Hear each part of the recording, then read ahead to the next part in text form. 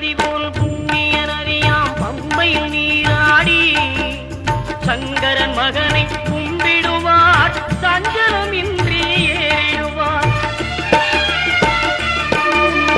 நீலிமலை ஏற்றம் சிவபாலனும் ஏற்றிடுவார். காலமெல்லாம் நமக்கே அருள்காவலனாயிருப்பார். தேகபலம் தா பாதபலம் தா தேகபலம் தா பாதபலம் தா தேகபலம் தாய